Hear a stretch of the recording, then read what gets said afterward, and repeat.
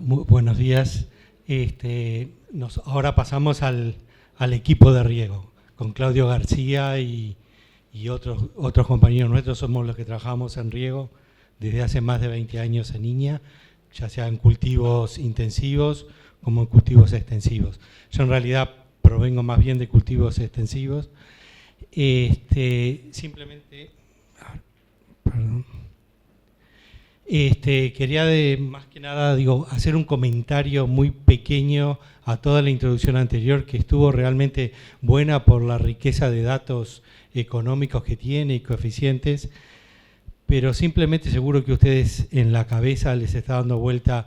Una cosa es una situación puntual, de si conviene regar o no conviene regar, y otra cosa es el proyecto de riego. El proyecto de riego puede cambiar realmente en un predio para un lado o para otro. No en todos los predios de Uruguay se va a poder regar, ni siquiera en la mitad, pero sí sabiendo que un riego suplementario en muchos de esos predios pueden dar incrementos globales importantes. ¿Por qué les digo esto? Porque el proyecto de riego depende mucho de la energía, depende mucho y por sobre todo de la fuente y tipo de agua, la cantidad de agua, la disponibilidad en todo momento, y después ni que hablar del rubro propiamente tal. Esas tres cosas, cuando confluyen en la parte económica de un proyecto de riego para un sitio particular, cambia bastante la aguja. Y más aún donde el método de riego o el sistema de riego tiene una influencia capital. Vimos unos números preciosos, por decirlos así, si se pudiera hablar de esa forma, desde el punto de vista del riego por superficie aquí o riego por gravedad. No todos los riegos por superficie son riegos por gravedad, porque en algunos hay que elevar la fuente de agua para llegar a esos canales principales, y eso puede también cambiar la aguja del proyecto. ¿Y qué les iba a decir? Bueno, y en ese sentido, creo que es importante que las decisiones son en ese sentido, de un proyecto, ¿verdad? Para un proyecto que va a durar tantos años y que va no solamente desde el punto de vista biológico o productivo, agronómico, de producción de carne o biológico de producción de pasto, porque hay varias cosas que hay que ajustar en esa ecuación. Perdonen, que ahora recuerdo lo que les decía. El método de riego es bien importante y acá es donde podemos a veces caer en pequeños errores u horrores en la compra, venta y de adquisición de un equipo u otro. Creo que el asesoramiento, si vamos a comprar un Lamborghini o un Austin o lo que sea, tiene que ser mayor que si vamos a comprar un Fiat, ¿no? En ese sentido, ténganlo muy presentes. En concreto, este es parte del equipo de trabajo de riego. Claudio García es nuestro líder en riego propiamente tal, y el resto del equipo son distintos investigadores y técnicos de Iña que han trabajado en la parte de programación y en la parte de diseño del programa en sí mismo. Simplemente para recordar una idea fuerza que en el caso de las pasturas, también en los cultivos, tiene bastante importancia. La ley biológica que todos manejamos es que en la medida que las plantas transpiren más, van a producir o más grano o van a producir más biomasa. Esa es una ley universal en todas partes del mundo. Y esto tengámoslo en cuenta. No digo que evapotranspire más. La evapotranspiración es la unión de la transpiración de la planta y la evaporación del suelo. Yo digo planta que transpire más, que toda agua del clima o del riego sea transpirada. Y eso es todo un gran desafío desde el punto de vista de investigación que Claudio con 1 o 2 proyectos está liderando, o sea, buscar la eficiencia del uso del agua. Pero ¿por qué es esto? Y perdonen que se los diga de esta forma muy cruda. Regar no es aplicar agua, ¿no? Parece tonto, pero es así. O sea, regar no es aplicar agua. Perdón. Regar no es echar agua, quiero decir. Por otro lado, estos son unos datos de la estanzuela, donde vemos que en la medida que esta es la tasa de crecimiento en kilogramos por hectárea por día. Fíjense que son valores realmente altos de esa alfalfa, ¿no? O sea, es relativamente diferente a las especies que trabajan aquí. Pero ven ustedes, digamos, que cuando nos acercamos a esa transpiración máxima que puede tener el cultivo primavera-verano, obtenemos tasas de crecimiento realmente importantes. Esto es otra cosa que ustedes lo tienen re claro, son de las 5 estaciones de I. Es simplemente la diferencia entre la precipitación mensual promedio y la evapotranspiración referencia de Penman-Monti como una forma de estimar la demanda del cultivo, lo que necesitamos reponer. Y fíjense ustedes que es claro, o sea, son, para que tengan una idea, estos son 22 años, donde la mayor parte de los enero y parte de febreros, la mayor parte de los años estamos con un déficit de agua. Este déficit de agua va a ser más o menos importante en la medida del suelo. El buffer que nosotros tenemos es el suelo. Si tenemos un perfil de 100 milímetros, como hay en el suroeste de Uruguay, es una cosa. Si tenemos 30 milímetros de almacenaje, perdón.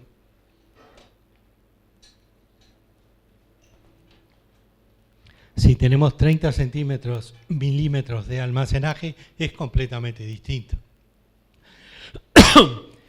Una de las cosas que creo que es importante que hablemos un poquito sobre todo para ponernos en un mismo idioma todos, que todos hablemos el mismo idioma y nos podamos comunicar en el tema del riego. En la programación del riego identifica el momento y la cantidad de agua. Era lo que les decía adelante, o sea, regar no es echar agua. Y por sobre todo, según la estrategia buscada por cada productor y cada sistema particular de riego. No es la misma la estrategia de un pivot que la de un surco, en riego superficial por melgas u otro por inundación. Es muy fácil identificar inundación en el caso del arroz y por el otro extremo los cultivos con gotero de los citrícolas, por ejemplo. Pero en todo el medio hay un montón de variaciones que son las que vamos a tener que elegir.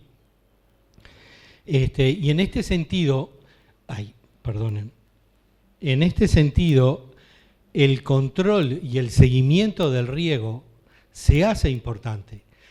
¿Por qué se los digo? Esto es más conceptual, pero es real. O sea, ustedes compran una excelente camioneta, muy equipada, con mucha electrónica, y después no se la pueden llevar al tallerita de la esquina que ni siquiera tiene una computadora para poder leer qué es lo que le está pasando a la nueva tecnología. No compran un Audi y ven, mirá, no tiene la medida del tanque de combustible. O sea, el riego requiere seguimiento y control y requiere cierto aprendizaje. Y es apasionante, porque realmente lleva a un nivel tecnológico, a un nivel de innovación, a un nivel, digamos, de buscar cosas nuevas que más allá de la rentabilidad que tienen o que pueden tener en cada caso particular, es apasionante meterse con cosas nuevas e innovadoras. Perdonen. Y por último, ese control hay que hacerlo a nivel del suelo, de la planta y de la atmósfera. Son cosas fáciles, cosas instrumentables. ¿Por qué es importante la planificación del riego y ver las distintas estrategias? No es solamente la decisión, bueno, voy a hacer riego por superficie, voy a poner un pivot, un ala piovana y las 10.000 variaciones que me pueden estar ofreciendo los vendedores. Fíjense ustedes, que es el concepto que nosotros manejamos con Claudio en el equipo de riego y Andrés Feuer, es maximizar el riego, maximizar el rendimiento, o sea, tratar de producir la mayor cantidad de biomasa o rendimiento del cultivo. Para esta es la tapa del libro, es lo que ustedes hacen, pero luego el optimizar el uso de la fuente de agua para regar, eso suele ser limitante en la mayor parte de las veces. La gente que viene del rubro de arroz lo tienen claro, todos los años tienen que calcular cuánta agua tengo almacenada, cuánta superficie voy a plantar. Lo mismo pasa con maximizar el uso de agua de lluvia. La estrategia en la programación del riego nos implica saber y jugar con cierto conocimiento con nuestro equipo la mayor utilización, y lo vamos a ver con unos ejemplos, la mayor utilización de una precipitación que viene dentro de 3 días de 40 milímetros. Hoy los pronósticos son relativamente buenos y aceptables, creo que a muchos niveles, para justamente maximizar el uso del agua de lluvia. En Uruguay tenemos riego suplementario. La otra cosa es optimizar y reducir el costo de energía. Más allá de los programas que seguramente se van a ver luego en el futuro del uso de energía, de los contratos con UTE, el tema es tratar de reducirlo al máximo. Eso es casi la etapa. Después, reducir el efecto del mal uso del riego en términos de erosión y pérdida de nutrientes. Esto es verdaderamente importante en el riego superficial, muy importante, y optimizar el uso de la mano de obra. Bueno, en el término no me voy a detener en esto para que sepan simplemente que acá en Uruguay y en el mundo hay una cantidad de sensores para medir cómo está la cantidad de agua que tenemos en el suelo, fijos, móviles, inalámbricos, en web, con radio, hay una enormidad, de sensores disponibles. El tema también está en cómo identificar el suelo, nuestra variabilidad de suelo y el sistema de riego que le pongamos encima. Este es el clásico predio CONIAT y este es el mapa detallado que a veces utilizamos o se debería de utilizar en riego, porque eso explica la variabilidad después que van a tener en los rendimientos. En los rendimientos esto es del norte de mi amigo Bokin, esta variabilidad que luego se ve en rendimientos, esto es soja, de 4.000 kilos en estas zonas y otras zonas en las cuales el rendimiento es muchísimo menor, fundamentalmente debido a la variabilidad del suelo. Esto explica lo mismo. Y esa variabilidad, ¿por qué es importante? Fíjense que esto es dentro de un pivot. Esta es la textura de 10 centímetros y hasta 30 centímetros dentro de un pivot. Fíjense ustedes, le dicen qué tipo de suelo tenemos, cuál es la textura de nuestro suelo. Eso cada uno son muestras individuales. Son más de 60 puntos en un solo pivot. Para que tengan idea de 66 hectáreas. Para que tengan una idea de la variabilidad de los suelos. Y esto hay que evaluarlo. Y en términos del balance hídrico, que estos son los componentes clásicos de transpiración, evaporación, escurrimiento y almacenaje, el almacenaje es lo que nosotros realmente es importante para definir dónde vamos a hacer nuestro cultivo, dónde vamos a poner nuestra pastura, cuál es ese 15-20% que seleccionaron dentro del predio para hacer el riego. Y todos los balances, los que nos van a dar es justamente es la evolución, este es el contenido de agua del suelo, la evolución en el tiempo de ese contenido de agua del suelo y también un nivel, en este caso el punteado, en el cual nosotros decimos, hasta acá queremos llegar. Cada vez que llegue a este punto, regamos. Lo que está en azul, blanco y celeste son distintos sistemas, distintos métodos de riego, distintas estrategias de riego, y en rojo es el secano. Fíjense ustedes cómo es evidente, ¿no? Como en enero aquí el suelo estaba prácticamente liquidado, ¿no? No había crecimiento. Esto es en pasturas, y como en el norte, esto es en pasturas de Facultad de Agronomía en San Antonio. Fíjense ustedes los contenidos casi de terror, o sea, hay menos de 10 milímetros de agua a 10 centímetros, ¿no? En los 10 centímetros superiores, y bueno, esta variabilidad es la que nosotros después tenemos que básicamente que cubrir con un riego suplementario. Simplemente y rápidamente les voy a mostrar el GESIR, que es la herramienta de INEA que desarrolló para el riego inteligente, para la gestión inteligente del riego. Básicamente tienen todos los componentes de la metodología FAO, no tienen otros. Es un método sencillo para que lo usen los productores y técnicos asesores. Hay otros modelos y otros programas más finos que usamos en investigación, pero queremos dar una herramienta práctica y sencilla y de fácil acceso. Lo que nos da justamente el producto final es una evolución. Este es un cultivo de soja, esto es simplemente el aumento de la profundidad radicular, de la evolución del contenido de agua en los distintos momentos. En un caso del secano y un caso con riego. Esto ustedes ya va a estar disponible en el muy cortito plazo. Simplemente se ha demorado por cambios en los servidores y actividades que había que terminar antes. Fíjense ustedes, se va a ingresar, se va a definir, cada productor es gratis, cada productor va a definir su propia operación que puede ser un pivot o el otro pivot o una zona donde tiene un riego en gravedad o lo que sea. Automáticamente, dado el posicionamiento, le da el suelo CONIAT que tiene en ese momento, que tiene en ese sitio, en ese punto que ustedes pusieron, lo hace automáticamente y después, bueno, no se ve mucho ahí, pero no importa tanto, les da los datos de la hidrología del suelo, o sea, de las propiedades hídricas del suelo, automáticamente. Ustedes todo esto lo pueden editar, pueden poner datos propios que tengan en ese momento, como también las características del cultivo. Si le ponen un cultivo o le ponen una pastura, va dando distintas fechas tentativas de corte o propuestas que ustedes las pueden editar y poner otras. Entonces, la edición de los datos climáticos, esta es una actividad un poquito más innovadora que pusimos, que junto con la Facultad de Ciencias, con Meteorología que se hizo. En realidad se utiliza el Global Forecast System, que hace un pronóstico de 10 días para todo el país, en adelante, y lo utilizamos eso junto con los datos diarios para hacer un pronóstico de si hay que regar o no hay que regar los próximos días.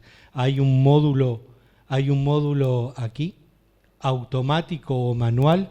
El manual es cuando uno pone las fechas de riego y el automático es que le sugiere la cantidad y las fechas de riego de acuerdo, y acá viene el tema, de acuerdo a un montón de variables que hay que poner, muy sencillas, pero hay que ponerlas de cada sistema de riego.